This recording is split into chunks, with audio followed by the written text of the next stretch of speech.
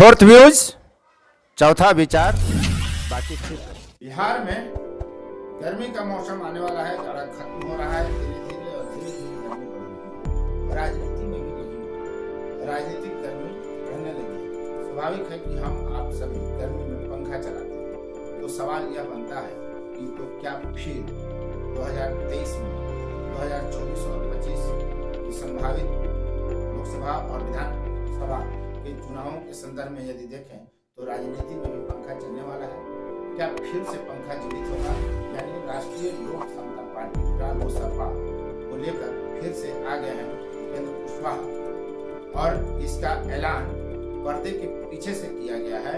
महात्मा फुले समता परिषद ने एक फेसबुक पर पोस्ट डाला है जिसमें उसने बैनर बनाया है और उस पर कहा है, नया चेहरा, नई जोश, नई उड़ान, बिहार मांगे पंखा निशान।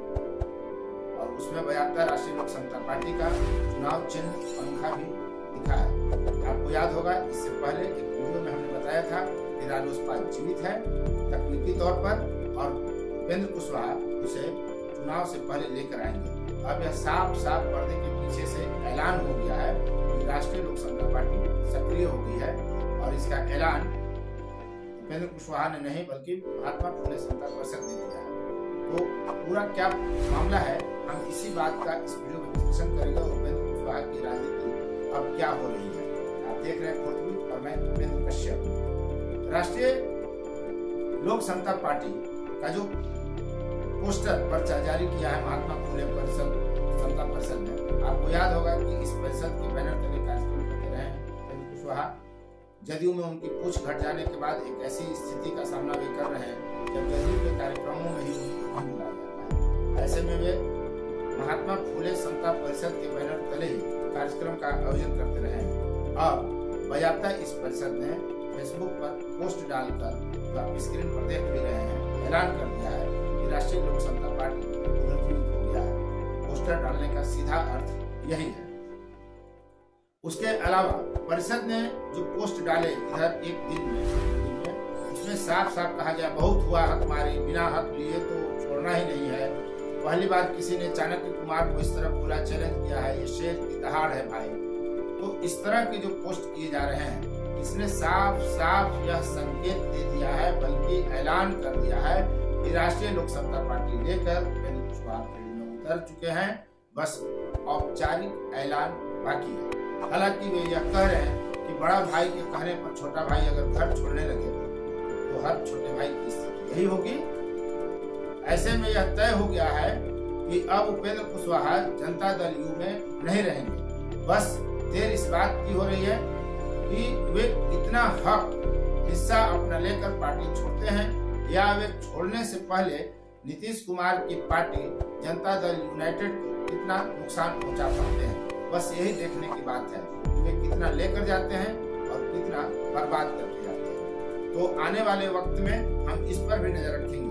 दरअसल बिहार में 6% कुशवाहा जाति का वोट माना जाता है, इससे अधिक भी हो सकता है क्योंकि जातीय जनगणना 1931 के बाद हुआ नहीं है, इसलिए कोई भी आंकड़ा साफ नहीं है और सही हो, सटीक ही हो, ऐसा नहीं कहा जा सकता। उपेंद्र कुशवाहा के बारे में एक बात और है, उपेंद्र कुशवाहा को नीतीश कुमार पार्टी में लाते हैं और उनको कोई न कोई पद देते हैं।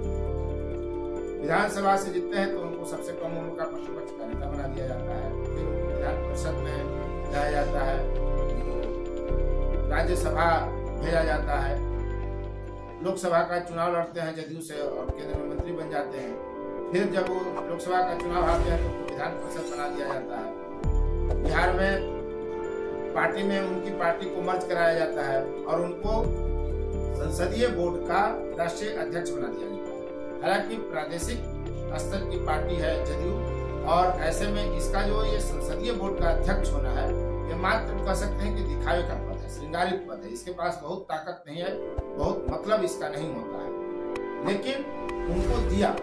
अब ऐसे में वे हक की मांग कर रहे हैं। शुरू से लौ और कुश में जो कुशवाहा जाती है वो यह अधिकार मांग रही है कि हमको मुख्यमंत्री बनाया जाए, लेकिन कोई भी कुशवाहा मुख्यमंत्री नहीं बन रहा। हद तो यह है कि मुख्यमंत्री भी नहीं बन रहा। यह सब स्थिति तब से शुरू हुई जब उपेंद्र कुशवाहा की महत्वाकांक्षाएं शुरू से प्रबल रही हैं। जब बिहार में बीते अगस्त महीने में 2022 के अगस्त में जब भाजपा एनडीए की सरकार चली जाती है और नीतीश कुमार फिर से राष्ट्रीय जनता दल के साथ मिलकर अपनी सरकार बनाते हैं, महागठबंधन की सरकार, तो चर्चा यही हुई थी कि इस बार उपेंद्र कुशवाहा या तो मुख्यमंत्री बनेंगे या मंत्री बनेंगे। तो नहीं मिला उनको, मुख्यमंत्री बने विभाग उनको मिला, मंत्री शामिल नहीं किया जा रहा है, दिल्ली चले गए। फिर जब जनवरी फरवरी में मंत्रिमंडल विस्तार की चर्चा शुरू हुई तो कहा यह गया कि इस बार मंत्री बनेंगे, मुख्यमंत्री बनेंगे। कुछ नहीं हुआ, नीतीश कुमार ने साफ कर दिया कि कोई वैकेंसी ही नहीं है। अब उपेंद्र कुशवाहा के पास जो धीरे धीरे जदयू के कार्यक्रमों में ही पुराने से परहेज पार्टी करती थी, जो धीरे धीरे हाशिए पर ढकेलते चले गए, उनको पार्टी छोड़ने के अलावा कोई विकल्प सामने नहीं दिख रहा है। वे दरअसल यह एक सवाल और उठ रहा है पार्टी की तरफ से कि जदयू में क्यों आए थे नीतीश कुमार की पार्टी में उपेंद्र कुशवाहा, और खुद नीतीश कुमार ने यह कह दिया कि हमारी भाई 42-43 की पार्टी थी तो आप क्यों मर्ज कर दिए थे। दरअसल मर्ज क्यों किए थे यह भी समझने की बात है। उपेंद्र कुशवाहा नीतीश कुमार के राजनीतिक उत्तराधिकारी बनने के लिए अपनी पार्टी रालोसपा को जदयू में मर्ज किए थे और जदयू में शामिल हुए थे। तब यह स्थिति थी कि जदयू में नीतीश के बाद कौन, सेकंड लाइन कोई लीडरशिप नहीं है, कौन उनका उत्तराधिकारी होगा यह तय नहीं था।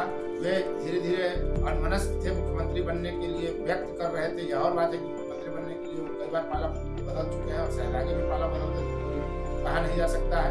तो ऐसे में दरअसल उपेंद्र कुशवाहा की महत्वाकांक्षा यह थी कि वे जदयू में शामिल हों और नीतीश कुमार जब मुख्यमंत्री का पद को लेकर चुनाव न लड़े तो नेतृत्व उनके जिम्मे दिया जाए। उपेंद्र कुशवाहा चुनाव लड़े और मुख्यमंत्री बने। ऐसा कुछ नहीं हुआ, धीरे धीरे हाशिए पर चले जाते रहे और अब उनका बीजेपी के साथ जाना तय दिख रहा है। लेकिन यह राजनीति है बिहार की राजनीति में कब क्या हो जाए, कब 360 डिग्री कौन पलटी मार देगा, कौन 180 डिग्री का पलटी मार देगा, कुछ नहीं कहा जा सकता है। कौन कंप्यूटर ले ले, कुछ नहीं हो सकता। बिहार की राजनीति में पहले से पूर्वानुमान लगाना बड़ा मुश्किल है। सवाल है कि उपेंद्र कुशवाहा भाजपा के साथ जाने की तैयारी कर रहे हैं, अपनी पार्टी रालोसपा को जिंदा कर और गठबंधन करेंगे भाजपा से। लेकिन यहाँ एक प्रश्न यह उठता है कि अगर नीतीश कुमार ने फिर पलटी मार दी 2014 की तरह, 2017 की तरह, 2022 की तरह, तो फिर उपेंद्र कुशवाहा का क्या होगा?